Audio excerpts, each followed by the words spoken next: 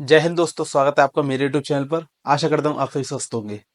आज का वीडियो वाकई इतना खास होने वाला है, खासकर उनके लिए जिनका जो एसएससी जीडी का एग्जाम आने वाली शिफ्ट में है। उनके लिए वीडियो बहुत महत्वपूर्ण होने वाला है। तो इस वीडियो को यदि आप एग्जाम से पहले देख रहे हैं तो इसको विस्तार से पूरा वीडियो देखिए और समझिए हम कितने अटेम्प्ट जो आपका सेफ अटेम्प्ट हो सकता है, और हम पूरे फैक्टर्स पे ध्यान देंगे किस तरीके से जो है हम हमारा सेफ अटेम्प्ट रह सकता है। तो इस वीडियो को विस्तार से देखिएगा, आपके लिए बहुत फायदेमंद वीडियो है। और जिस किसी का भी एग्जाम है इस वीडियो को वहां पे जाके शेयर कर दीजिए। तो चलिए बिना समय गवाए हुए अपना वीडियो को स्टार्ट करते हैं। तो यहाँ पे हम सबसे पहले बात करेंगे एसएससी जीडी का जो एग्जाम है। अभी तक आपने देखा होगा 4 दिन का एग्जाम जो है कंप्लीट हो चुका है। आज लास्ट अभी शिफ्ट अभी खत्म हुई है 6 बजे वाली। तो चार जो शिफ्ट का एग्जाम बिल्कुल भी खत्म हो चुका है। तो लगभग यहाँ पे अगर हम देखा जाए तो 16 शिफ्ट में जो एग्जाम जो 16 शिफ्ट के बच्चे हैं वो एग्जाम देके कंप्लीट हो चुके हैं। अब बाकी जो बची हुई जो 10 दिन की शिफ्ट है, जिसमें मतलब अब हमारे पास 40 शिफ्ट और बची हुई हैं जिनका भी एग्जाम बाकी है। तो उनके लिए बहुत महत्वपूर्ण वीडियो होने वाला है। तो सबसे पहले हम एग्जाम के लेवल की बात करते हैं। तो एग्जाम का लेवल आपको पता है कि इजी आ रहा है। ये बात आप बहुत अच्छे से जानते हैं। अगर आप हर किसी के मुंह से, किसी के भी मुंह से अगर आप सुन रहे होंगे तो सब क्या कह रहे होंगे, हम बहुत अच्छा करके आए हैं। चलिए ये बात तो रही बात की। सबसे पहले मैं आपको एक चीज समझा देता हूँ, जरा वो समझने की कोशिश करिए। सबसे पहले ये देखिए हमारे पास वैकेंसियां कितनी थी। 39,481 वैकेंसियां थी। इसके लिए फॉर्म लगभग अप्रोक्स 52,65,000 से समथिंग फॉर्म भरे गए थे। ठीक है। और आप यहाँ पे देखते हैं हमारा जो एग्जाम है वो 14 दिन के अंदर कराना जाना है। मतलब 14 दिन में हमारा एग्जाम होने वाला है। तो हर दिन हमारी 4 शिफ्ट जो डेली लग रही हैं। तो यहाँ पे हम देखते हैं तो टोटल हमारी जो है 56 शिफ्ट रहने वाली है। तो यहाँ हम अपनी 16 शिफ्ट की बात करें तो इसका अप्रोक्स करीब हिसाब अगर लगाया जाए तो लगभग अगर 16 शिफ्ट में से करीब 15 लाख बच्चों का जो है एग्जाम हो चुका है। 15 लाख बच्चों का एग्जाम जो है हो चुका है। अब इसमें से प्रेजेंट कितने लोग थे ये तो अभी आरटीआई का रिप्लाई आएगा, जब पेपर हो जाएगा तब उसके बाद पता चलेगा कि कितने लोग परसेंट एग्जाम दे रहे थे। वैसे हर बार का रेशियो वही 50 से 60% का रहता है कि 50 से 60% तो लोग बच्चे पेपर देने के लिए आते ही आते हैं। ठीक है। आप इस चीज का भी ध्यान रखिएगा। अब इसमें एक चीज बताइए। आप किसी भी, अब मान लो हमने किसी 100 बच्चों से पूछा, ठीक है, कि एग्जाम कैसा हुआ है।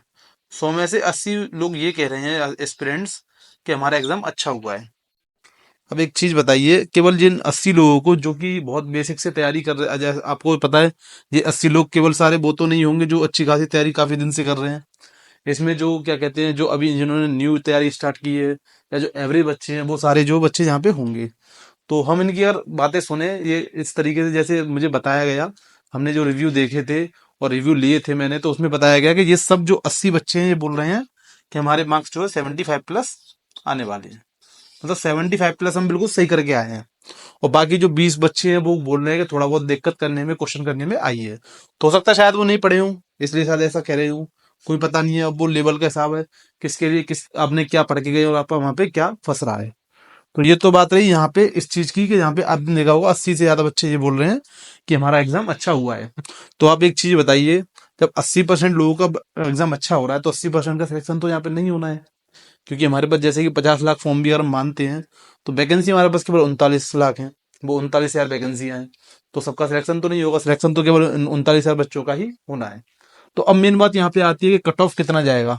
कट ऑफ तो इस बार भी अगर मैं आपको बताऊं तो कट ऑफ इस बार भी हाई देने वाला है। क्योंकि एग्जाम का जो लेवल है वो बहुत ही लो लेवल आ रहा है जिसको आप इजीली कर पा रहे हैं। तो इस चीज का आप बिल्कुल ध्यान रखिएगा।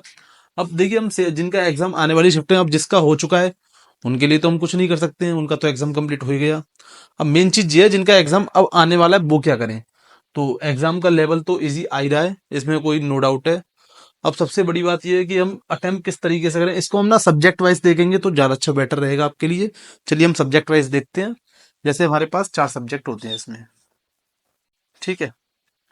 सबसे पहले हम जीएस, रीजनिंग, मैथ्स और हिंदी या इंग्लिश में से कोई एक, इंग्लिश या हिंदी।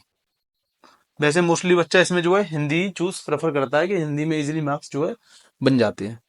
अब जहाँ हम सबसे पहले बात करें, सबसे इसमें जो इजी देखने के लिए मिल रहा है वो सबसे ज्यादा मिल रहा है जहाँ पे रीजनिंग देखने के लिए।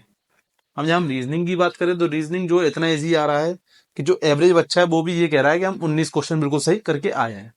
तो हम यहाँ 20 नहीं मानते, एक किसी न किसी गलती की वजह से कम हो ही जाता है, तो हम 19 क्वेश्चन यहाँ पे कम से कम मान के चल रहे हैं। जहां मैं एक एवरेज बच्चे के हिसाब से आपको बता रहा हूँ कि इस तरीके से कम 19 क्वेश्चन आप मान के चलिए। और यहीं अगर हम बात करें हिंदी की, तो हिंदी इससे इजी आया था, ठीक है। तो फिर भी यहाँ पे हम 19 ही मान के चल रहे हैं, एक क्वेश्चन कहीं ना कहीं कैसे भी गलत हो ही जाता है इस चीज को देखते हुए, ठीक है।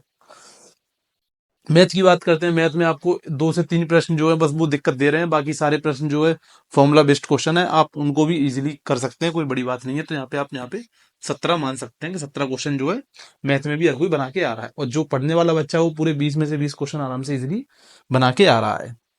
अब जीएस की बात करते हैं, तो जीएस में आपको क्या लग रहा है, जीएस की वजह से कितना कट ऑफ गिर जाएगा? जीएस में जो हमारा जो एवरेज अटेम्प्ट हो रहा है वो 12 से 13 क्वेश्चन का हो रहा है। जो बच्चे करके आ रहे हैं वो इतना तो सही करके आ रहे हैं कि आराम से 10 से 12 क्वेश्चन उनके सही हो रहे हैं। लेकिन जो ज्यादा पढ़ के जा रहे हैं उनका जो 15-15 तक स्कोर जो है बन रहा है।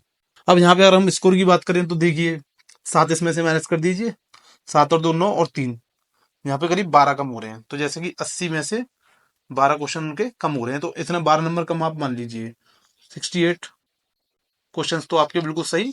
ये एवरेज स्टूडेंट है जिसके जो 68 नंबर बैठ रहे हैं आपके हिसाब से। अब यहाँ पे हम 12 का 24 नंबर कम करते हैं इसमें, तो यदि आप सोच रहे हैं 120 136 नंबर, इसके हिसाब से 136 नंबर आपके बैठ रहे हैं, तो 136 नंबर पे सिलेक्शन तो नहीं होना। खास करके मैं बात करूं यूपी, हरियाणा और राजस्थान, जो आप अगर इन जगह से बिलोंग करते हैं तो आपका सिलेक्शन इतने कम नंबर में कैसे भी नहीं होने वाला है। इसका रीजन क्या है कि यूपी की कट ऑफ बहुत ज्यादा जाती है, और हरियाणा और राजस्थान तीनों जगह की कट ऑफ जो है बहुत अच्छी खासी देखने के लिए मिलती है।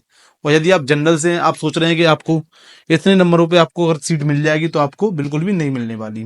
अब यहाँ मैं इसके बाद बात करूं, इससे पहले हमें कौन मिलेगा यहाँ पे, जिनके पास एनसीसी सर्टिफिकेट है।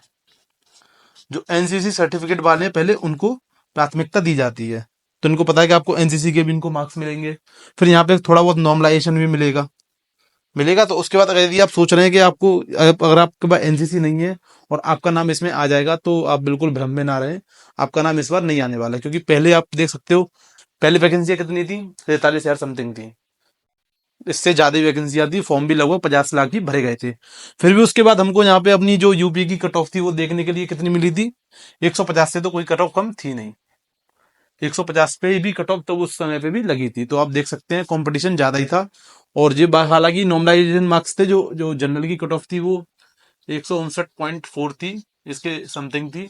तो ये तो नॉर्मलाइज्ड मार्क्स थे, इसके साथ साथ इसमें एनसीसी का भी सर्टिफिकेट वालों को मार्क्स मिले थे। हालांकि बच्चों के 160 से प्लस भी आए थे। इस बात को अगर हम बोलेंगे तो कोई हमें बेवकूफ समझेगा कि 160 में से 165 मार्क्स कैसे आ सकते हैं। पर लेकिन वो किसके बेस पे आए थे, आपके एनसीसी सर्टिफिकेट के बेस पे, और जो है नॉर्मलाइजेशन के बेस पे उन मार्क्स को कैलकुलेट किया गया था। तो ये तो सारी बात रहती है कि इसमें हम अगर आप इतना भी स्कोर करके आ रहे हैं तो भी हम सेफ जोन में नहीं है। अब फिर कितना स्कोर करके आए तो अब जो सेफ जोन में हो जाए। और हम किसी अदर स्टेट की बात करें तो अदर स्टेट में 68 में हो जाएगा। लेकिन इन 3 स्टेट जो सबसे हार्ड स्टेट हैं, उत्तर प्रदेश, राजस्थान और हरियाणा, इनका जो है 68 क्वेश्चन में आपका कुछ भी नहीं होने वाला। इस चीज का आप ध्यान रखिए। तो आपका कम से कम अटेम्प्ट कितना होना चाहिए कि जिससे आपको, मैं जनरल वालों की और बात करूं यहाँ पे, अभी हम कैटेगरी वाइज भी बात करेंगे, लेकिन फिलहाल हम पहले जनरल वालों के लिए बात कर रहे हैं। जनरल में अगर आप हो तो आपके कम से कम आपको 73 प्लस अटेम्प्ट करके आने हैं। यदि आपके इतने नंबर आ रहे हैं, 73 प्लस अगर आप करके आ रहे हो बिल्कुल सही, तो कहीं ना कहीं आपके चांसेस हैं कि आपका नंबर आ जाए। और सबसे बड़ी बात ये, आपको क्या करना है इस बार, जैसे 80 क्वेश्चन है तो आप ना क्वेश्चन छोड़ के मत आइए। जैसे लास्ट में आपने सोचा कि मेरे पास 73 क्वेश्चन मेरे हो गए, 7 क्वेश्चन आपके बचे हैं, तो 7 क्वेश्चन में से आप अगर एक जैसे भी सब में टिक लगा दोगे तो आपको कहीं ना कहीं 1 या 2 क्वेश्चन सही हो ही जाएंगे। और बात करें नेगेटिव की, तो आपको पता है कि यहाँ 0.5 की नेगेटिव मार्किंग हो रही है, तो आपके 8 क्वेश्चन गलत होंगे, तब आपका 1 क्वेश्चन गलत मानेगा, क्योंकि 1 क्वेश्चन 2 नंबर का है। इस तरीके से अगर आप आपके 8 क्वेश्चन गलत होते हैं तब आपका 1 क्वेश्चन गलत माना जाएगा।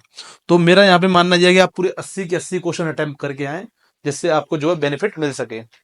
तो ये तो बात रही अपने जनरल वालों के लिए। और यहाँ हम बात करें, आप ओबीसी से हैं, ओबीसी, ईडब्ल्यूएस, एससी और एसटी, यदि आप सोचे कि आपको इनकी कट ऑफ में खास अंतर देखने के लिए मिलेगा, तो ऐसा भी आप बिल्कुल नहीं सोचना है कि आपको खास अंतर देखने के लिए यहाँ पे मिलने वाला है। तो यहाँ पे अगर आप ओबीसी से, तो आप यहाँ पे 72 लेके चल सकते हैं, और ईडब्ल्यूएस से तो यहाँ पे 71 के समथिंग, और एससी के लिए 59, और इसके लिए 67। इतने क्वेश्चन आपको फिर भी कम से कम चाहिए ही चाहिए, क्योंकि कंपटीशन बहुत ज्यादा है। आपका सोचो कंपटीशन कम है, आपको इतना स्कोर तो लेके चलना ही चलना है। और बाकी जब कट ऑफ लगेगा तो आप देख सकते हैं उसमें कट ऑफ कहीं ना कहीं आपको इतना ही लगभग इसके लमसम ही मिलेगा, क्योंकि पेपर इजी आ रहा है। और ये आपको मैंने ये जो फैक्टर्स बताए ये तो हर कोई करके आ रहा है। और आप जैसे जीएस में तुक्का भी लगा के आते हैं, और भाई कम से कम इतने लोग पेपर दे रहे हैं, किसी ना किसी के तुक्के तो सही बैठते ही हैं कहीं ना कहीं। तो अगर जीएस में तुक्का अगर मान लो 10,000 लोगों को भी सही अगर तुक्के बैठ गए तो कहीं ना कहीं हमें उसमें बहुत ज्यादा अंतर देखने के लिए मिल जाएगा कट ऑफ में। तो इस चीज का आपको बिल्कुल ध्यान रखना है। तो हम कितने अटेम्प्ट करके आए, तो आप पूरे 80 में से 80 क्वेश्चन अटेम्प्ट करके आइए। और बात है अटेम्प्ट की, तो आप पूरे 80 क्वेश्चन अटेम्प्ट करिए। और बाकी मैंने आपको तरीका बता दिया कि आपको किस तरीके से अटेम्प्ट करना है। तो आप इस चीज का ध्यान रखिए। और जिनका एग्जाम हो चुका है उनके लिए अब कुछ नहीं है, अब उनका हो गया, अब वो बस इंतजार करें कि आपका कैसा हुआ और आपको क्या एस्पेक्ट लग रहा है कि आपके कितने क्वेश्चन जो है सही हो गए हैं उसमें। और आप जो भी अगर कम भी करके आए तो अभी कोई निराश होने की जरूरत है नहीं। आगे काफी सारी वैकेंसी आ रही है, आपको किसी भी तरह की टेंशन लेने की जरूरत नहीं है। अब जिनका जो एग्जाम है आगे आने वाले, अब बस उनको इस वीडियो पे ध्यान देना है कि किस तरीके से हम जो है एग्जाम आगे कर सकते हैं।